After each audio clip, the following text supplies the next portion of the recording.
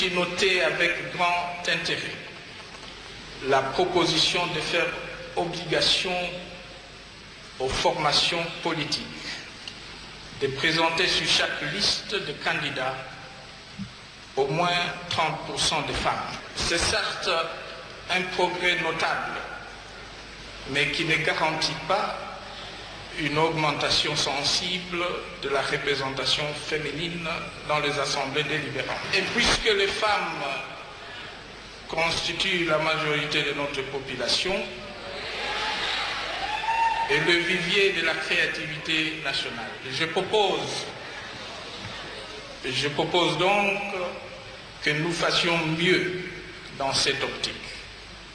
J'invite le législateur à examiner la possibilité d'ajouter dans chaque circonscription de 3 sièges ou plus un siège pour lequel la compétition serait ouverte aux femmes.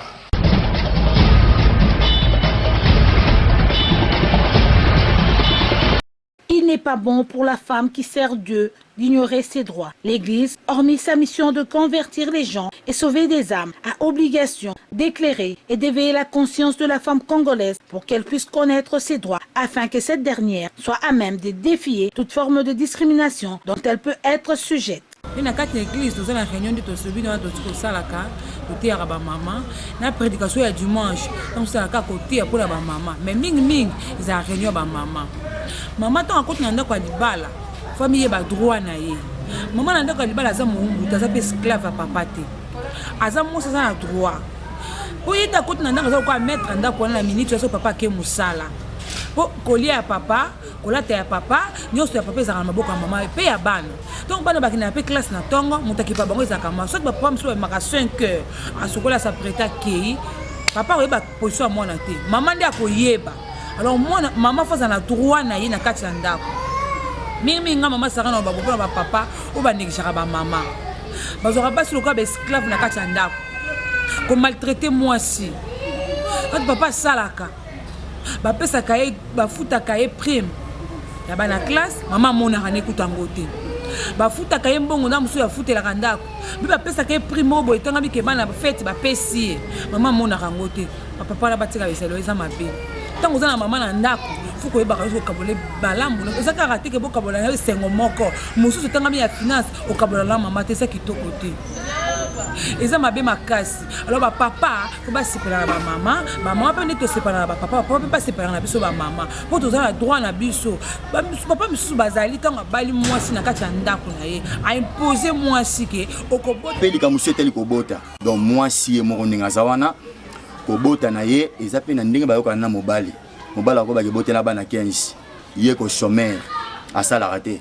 Peut-être aussi là-bas kabele mbomo quelque part babote les bani belé mais moi sauter là que mon bail to vivre na a l'autre donc en tant qu'un prédicateur n'encore ba que moi si pas en droit ya koloba que na condition to zanango to zano prêter to dignité ya robota bani belé bongo malamu to bota ta 5 parce que 5 permettre batanga classe na condition bien 5 va ne permettre bazala quand même banu ba rozala instruire bazana ba valeur mo donc moi c'est pas contribuer d'autre part à l'éducation de la femme, l'éducation des enfants pardon. Ça veut dire là que so baza mingi peut-être quoi embrayer na situation mobali na conjoncture ba mbutu moi c'est pas un droit. Ya ko ba pe moko pe ba yoki. En tant que nous de prédicateurs dans l'église, côté à moi sika te kaza loro pamba. Même Yesu mo yaki l'accès aux valeurs de la femme, il se dégage un triste constat que bon nombre des serviteurs de Dieu en République démocratique du Congo ont toujours tendance à réduire la femme tout en ignorant ses droits.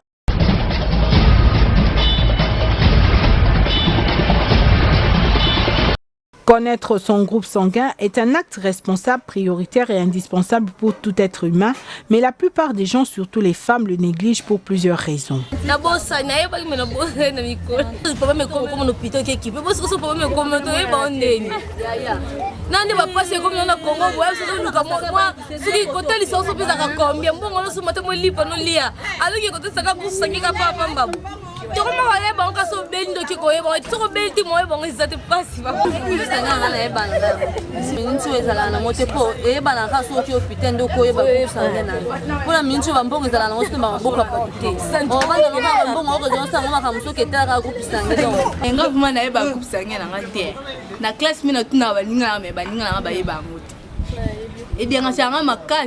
D'autres, par contre, le connaissent car c'est important en cas de maladie pendant la grossesse et lors de l'accouchement. C'est vraiment très important. Il faut faire l'examen. Oui, le groupe sanguin, non, c'est un groupe pour et dans la vie pour que la maladie subitement, nous dans un groupe nous, c'est une intervention rapide. C'est très important dans la vie pour faire l'examen. Oui, le groupe sanguin, très important. À partir d'un test qui déterminera la présence ou l'absence d'antigènes et anticorps spécifiques des globules rouges et du sérum, on distingue les groupes O positif, donneur universel, AB, receveur universel, A et B, donneur. La plupart des malades ont un groupe sanguin. Vous avez un cher, mais ils dépendent de ce qu'on a mis. Si vous avez mis un bisou pour tout, s'intéresser à penser à un côté, penser à poser un groupe sanguin à Bangote. Mingi bakanisaka soki oyebi osala groupage sanguin aokanisani tokosala l'examen ya sida yango wana babangaka mingi osalisa groupage sanguin vomi oyoka nazala nanga boye nayeba ata soki nayebi groupe nanga te. Importance mingi oyo tolingaka bato bayeba bagroupe sanguin na bango ezalaka mpona kokima anémie SS po mingi tozomona bato bazobalana omoni basalisi ba électrophorèse te bake bakutani babalani kandenge wana bagroupe na bango bayebani te omoni baye kobota bana abamango mibale papa aza na AS mama AS ntango baka kobota bota bana ba AS bota bana ba SS wana importance assez. Femmes, quels que soient vos faibles revenus, faites un test et connaissez vos groupes sanguins car la maladie est imprévisible.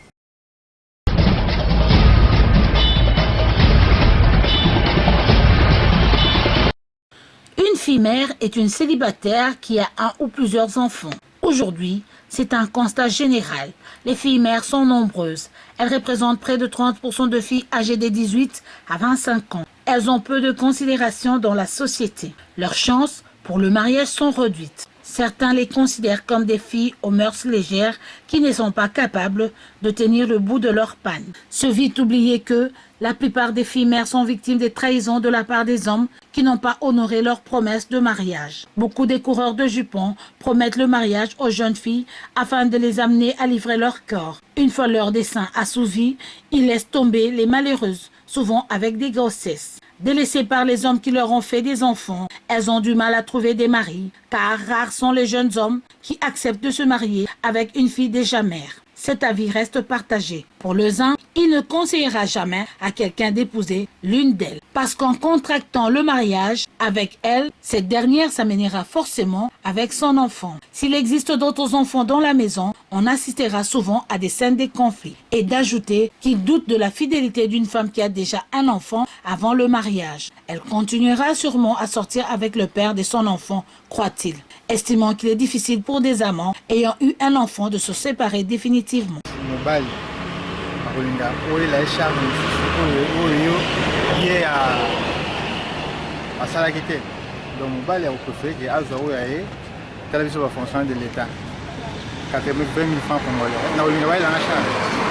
Pour d'autres, leur préférence est de se marier avec une fille ayant déjà eu un enfant, car là, au moins, il est sûr qu'elle n'est pas stérile.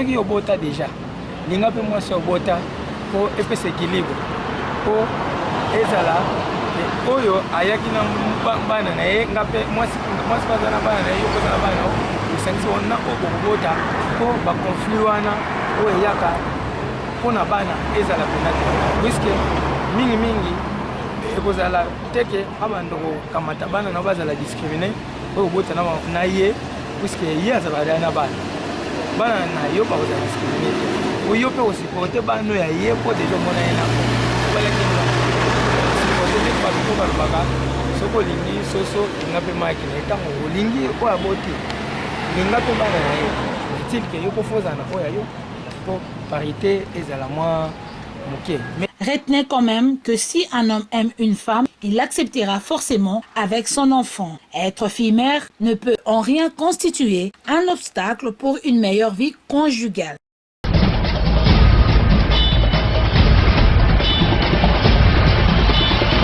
Le mariage est une union légitime d'un homme et d'une femme. En tant que tel, il suit un processus allant du coutumier devant les familles, en passant par le civil devant l'autorité civile et aux religieux si les époux ont une religion. Le mariage, s'il est célébré devant l'autorité civile, exige un contrat qui réglera le régime des biens des époux. En République démocratique du Congo, il existe 3 types de régimes matrimoniaux, chacun d'eux ayant sa particularité. Il y a le régime de la séparation des biens, celui de la communauté réduite aux acquets, enfin le régime de la communauté universelle. Les époux volontairement choisiront le régime qui leur convient. Certains mariés ignorent l'existence de ces régimes ainsi que leurs droits et obligations ou les connaissent en partie. Dans la civile, dans le mariage, il y a 3. Mariage au la communauté de biens. La séparation de biens.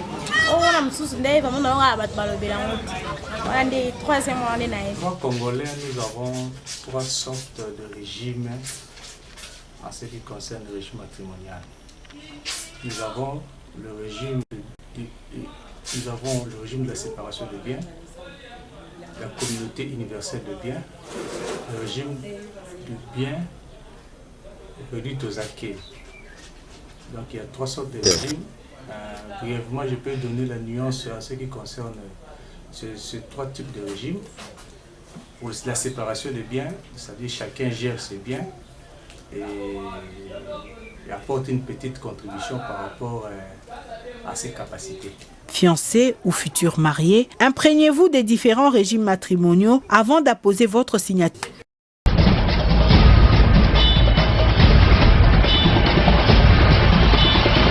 Les hommes sont-ils infidèles par définition? Ça serait certainement péjoratif de leur coller cette étiquette. Mais reconnaissons au moins qu'ils sont plus infidèles que les femmes. C'est ce que vient de révéler une étude récemment publiée sur le Huffington Post UK. Une femme aussi peut être infidèle pour une raison ou une autre. Mais les hommes sont reconnus pour être les auteurs principaux des infidélités conjugales. À ces propos, une récente étude publiée sur le Huffington Post et menée par Natasha Tandwell, psychologue à l'Université du Texas, révèle que quand il y a une infidélité dans un couple, c'est le plus souvent l'homme qui la commet. La psychologue explique cela par l'influence des pulsions sexuelles qui seraient plus dominantes chez les hommes que chez les femmes. Cela reste tout de même un secret de polichinelle. Tout le monde le savait plus ou moins, mais cette fois-ci, la spécialiste prouve cette théorie par une recherche concrète sur le terrain. En effet, selon la psychologue, les hommes sont plus tentés par le sexe et plus prédisposés à succomber aux tentations sexuelles par rapport aux femmes car leurs pulsions sexuelles sont plus importantes que celles des femmes. L'initiatrice de l'étude a interrogé 218 volontaires, dont 70 hommes et 148 femmes. Les questions posées portaient sur la nature des pulsions sexuelles et la capacité de les contrôler ou pas. Ainsi, un nombre très important d'hommes ont utilisé des mots très forts pour décrire leurs pulsions sexuelles qu'ils qualifiaient d'intenses, d'irrésistibles et de dominantes. Ils sont même allés jusqu'à affirmer leur incapacité de les contrôler et de céder pour les assouvir. C'est compte tenu aussi du comportement des femmes actuelles. Les femmes actuelles ne répondent pas à leur caractère féminin. Et surtout avec votre, qu'est-ce que vous appelez, émancipation ou quoi, la parité. Les femmes veulent se comparer à l'homme. Cette comparaison fait que dans un foyer, ils se respectent. Quand la femme veut se comparer à l'homme, alors que l'homme reste toujours l'homme. La parité dont vous avez toujours parlé là, c'est sur le plan civilisation. Mais selon la création de Dieu, l'homme est toujours supérieur à la femme. Donc, si vous allez de façon scientifique, vous verrez que dans l'homme, il y a l'hormone qu'on appelle testostérone. Cette hormone-là qui fait de l'homme séculé. Alors, la femme en voulant maintenant se comparer à l'homme et que l'homme continue toujours à garder sa supériorité. Cela fait que l'homme va se détourner de la femme à cause de son comportement. Alors, la femme veut qu'il vienne comme homme. L'homme ne veut pas qu'il soit comme la femme. Cela crée des mésententes dans des foyers et l'homme commence à se détourner vers d'autres femmes. C'est ça la cause qui peut être vraiment primordiale pour ces derniers temps. Dans les cas des femmes, c'est tout le contraire, puisque même celles qui ont révélé la présence de puissance sexuelle, d'infidélité, ont affirmé investir des efforts importants pour les réfréner. La différence entre hommes et femmes réside alors dans le contrôle des pulsions sexuelles. Une personne à une autre, ça dépend de infidèle, ou bien moi, volonté à moto. C'est ce qui mène vers la notion de maîtrise de soi, deuxième point mis en exergue par l'étude. Apparemment, selon la spécialiste, les femmes auraient une volonté plus solide que les hommes. Ainsi, face à la tentation, les deux sexes réagissent différemment. Les hommes céderont plus facilement, tandis que les femmes arriveront à mieux contrôler leurs pulsions. Sur un autre chapitre, une autre étude portant sur les causes du divorce a révélé que l'infidélité n'est pas souvent l'unique raison. En effet, derrière les divorces se cachent des comportements déraisonnables comme la jalousie, les reproches, la paresse, la démission et l'irresponsabilité.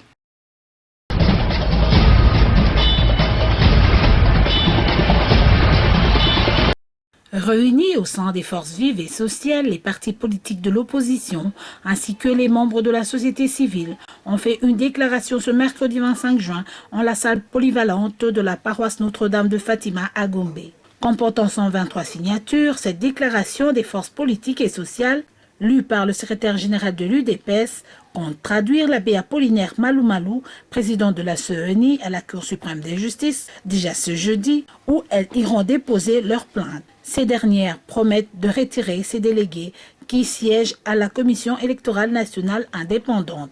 La tenue des meetings populaires, des marches pacifiques, ainsi que d'autres actions jugées salutaires seront organisées, affirment les forces politiques et sociales, dont se dire afin de libérer la population congolaise. À travers des actions communes, celles-ci pensent notamment contrer tout changement ou révision de la Constitution avant les élections de 2016 et obtenir le départ de Joseph Kabila à la présidence de la République. Signataire de cette déclaration, la présidente nationale du Rassemblement des démocrates conciliants Radeco, Tacher Lusamba, a indiqué que ce rassemblement ne sera jamais utilisé pour des fins personnelles. Le résultat sera quand même positif.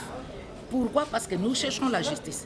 Et ceux qui sont dans cette justice-là, qu'ils savent quand même que si les gens portent plainte, ils doivent le faire comme il faut. Et s'ils ne le feront pas, mais le jugement de Dieu est là aussi. Les jugements étrangers est là aussi. Parce que c'est notre pays, nous allons quand même se plaindre partout pour qu'on puisse trouver solution pour notre pays. La population, je les adresse comme ça.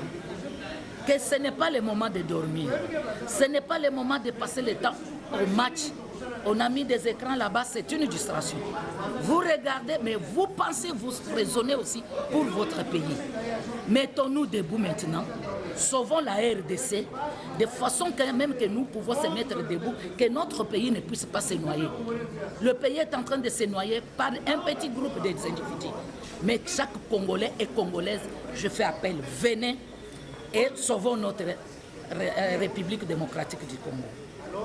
L'UDPS d'Etienne Tshisekedi, les CID de Martin Fayoulou, le Radeco de Tacher Lusamba, l'UDEMON de Zanga Mobutu et l'UNC de Vital Kamerhe font partie des partis signataires de cette déclaration des forces politiques et sociales. Notez que le MLC, parti cher au sénateur Jean-Pierre Bemba Gombo, ne fait pas partie de ces rassemblements.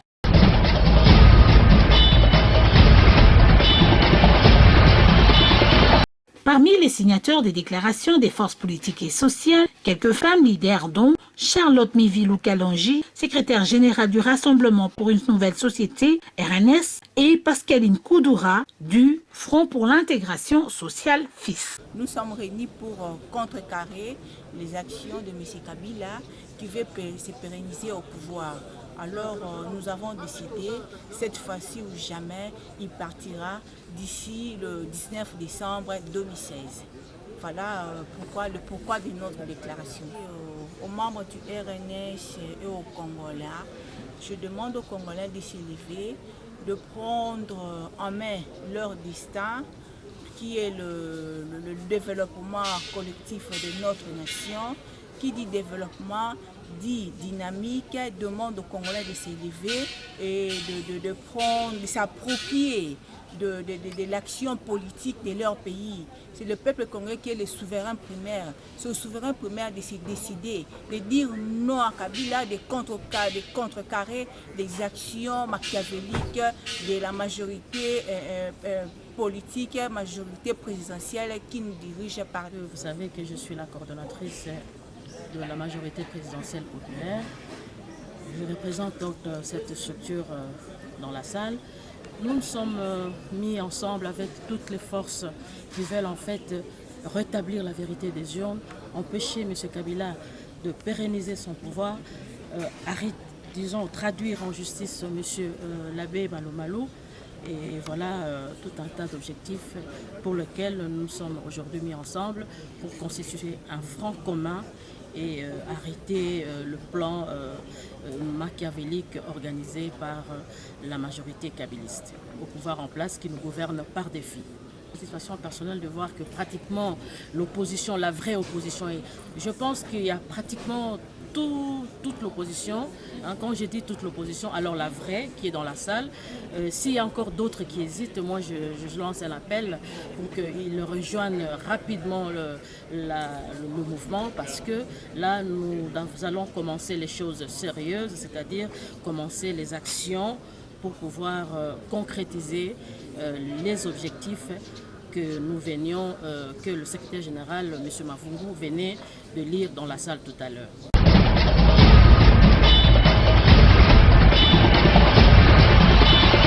Je viens représenter le ministre Mater Mwangou qui est empêché et je viens vous transmettre les encouragements du président de la République, du Premier ministre et aussi du gouverneur de la ville de Kinshasa qui compte beaucoup sur vous et vous demander de travailler dans la sérénité et à mettre en profit toutes les connaissances que vous avez acquises depuis l'école primaire, parce que l'examen d'État se prépare depuis l'école primaire. C'est ce qu'on vous a toujours dit. Vous êtes en train de vous rendre compte que c'est vrai. Ne comptez pas sur le voisin parce qu'il n'y a aucune personne qui a une même série de questionnaires que vous. Vous êtes le seul ou la seule à avoir une série de questionnaires parce qu'il y en a 12. Donc c'est très difficile de tricher et d'ailleurs la tricherie n'est pas une valeur. Début ce lundi 23 juin 2014 des épreuves des examens d'État, édition 2013-2014 sur toute l'étendue de la République démocratique du Congo. Effectivement, je viens d'effectuer la ronde de quelques centres de passation d'examen d'État au nom de son Excellence Monsieur le ministre de l'EPSP. Le constat est que les épreuves se déroulent dans la sérénité. Nous sommes passés en Djili, dans la commune de Kassavubu, et ici nous nous retrouvons à Ngaliema.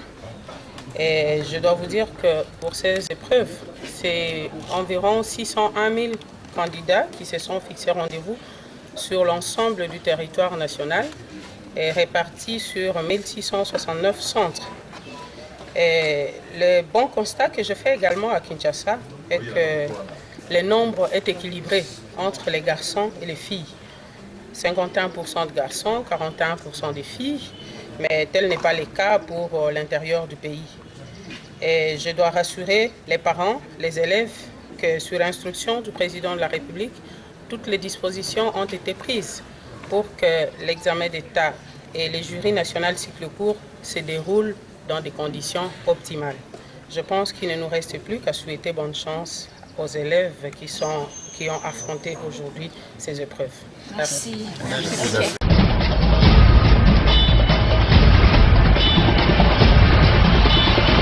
Parmi les finalistes à cette édition 2013-2014, une dame de 56 ans venue passer les épreuves des examens d'État malgré son âge. Les études étant importantes dans la vie de l'homme avec un grand H, d'où cette volonté de cette mère de famille qui, soutenue et encouragée par les siens, affronte ce jour avec détermination et assurance ses épreuves.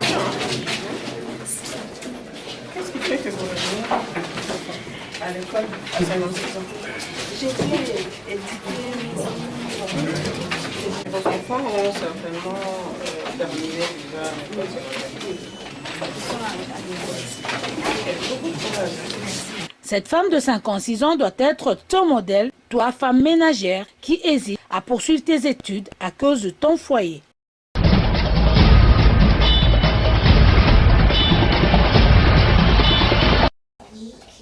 Pius Kimbata, Fabrice Aubin et Jean-Marie Akoro, respectivement formateurs en électricité, en menuiserie et en construction, sont arrivés en RDC sur invitation de la première dame de la République, Marie-Olive Lembe-Kabila, pour former les enseignants des écoles techniques professionnelles qu'elle a fait construire dans 5 provinces du pays. Ils ont été présentés au ministre Maker Mwangu par le PDG d'ADAPA, le groupe chargé de la construction de ces différentes écoles, Madame Belbachir Najat et son associé Thierry Adam. Ces formateurs sont munis de tous les matériels didactiques dont ils auront besoin pendant la formation que présente ici Thierry Adam au ministre Maker Mwangu. Ils seront tour à tour à partir de lundi 23 juin prochain à Kalimao Maniema où la formation sera plus axée sur la menuiserie, à Chikapa au Kasaï occidental, à Gungu au Bandundu, à Uvira au sud Kivu et à Mbandaka dans la province de l'Équateur.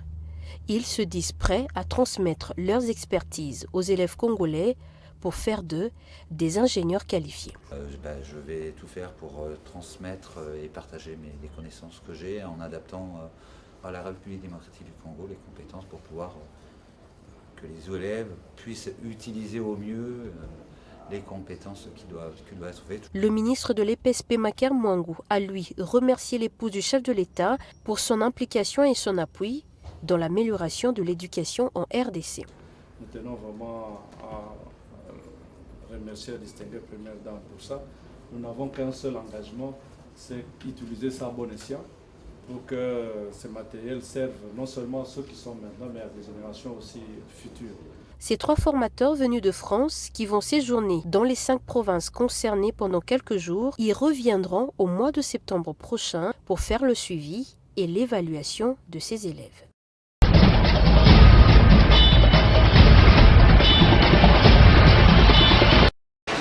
78 femmes, agents et cadres venus de 14 sociétés de la place ont bénéficié d'une formation sur le traité et convention favorable aux femmes organisée par le réseau des femmes des entreprises du Congo REFEC du 16 au 20 juin 2014 en la salle polyvalente du ministère du Genre. Cette 26e session de formation a pour objectif de conférer aux participants des connaissances sur les différents instruments juridiques nationaux, régionaux, sous-régionaux et internationaux existants et garantissant les droits des femmes en République démocratique du Congo afin de mener leur combat sur base de ces principes de droit. Et c'est la patronne du genre, de la famille et de l'enfant, Geneviève Inago Sibulo Ibombika Songo, qui a procédé à la clôture de cet atelier. Elle a à cet effet encouragé le REFEC et lui a promis d'amener à bon port toutes les recommandations formulées au cours de cette formation pour améliorer les conditions de la gente féminine au sein des entreprises.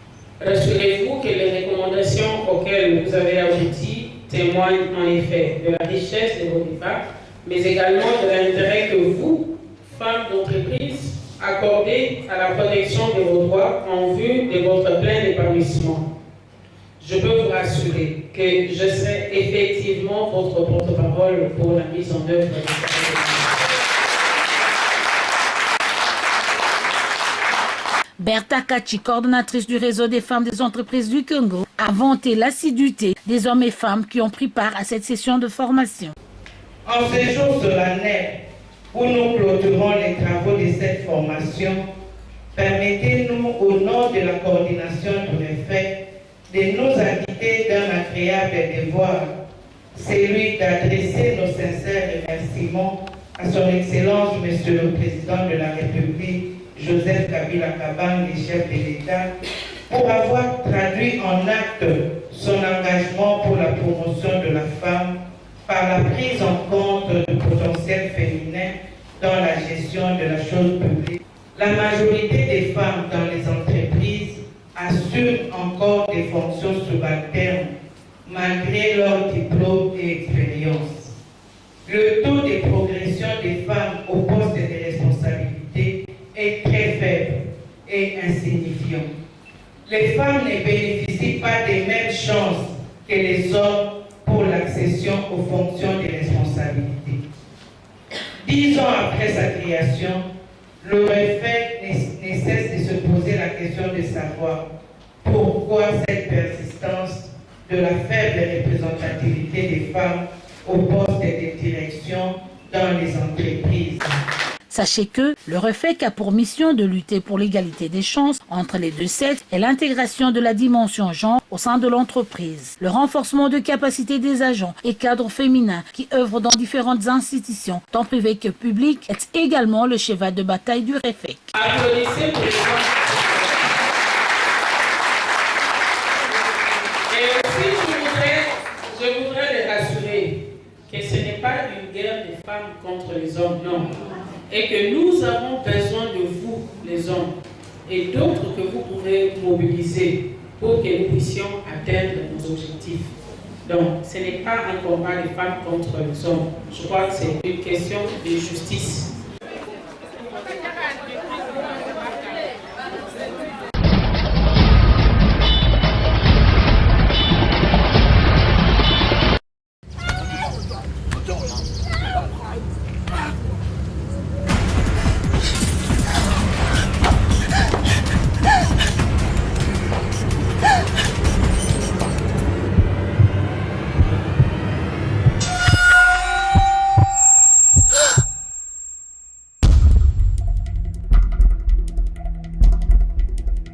Violence conjugale, brisons la loi du silence.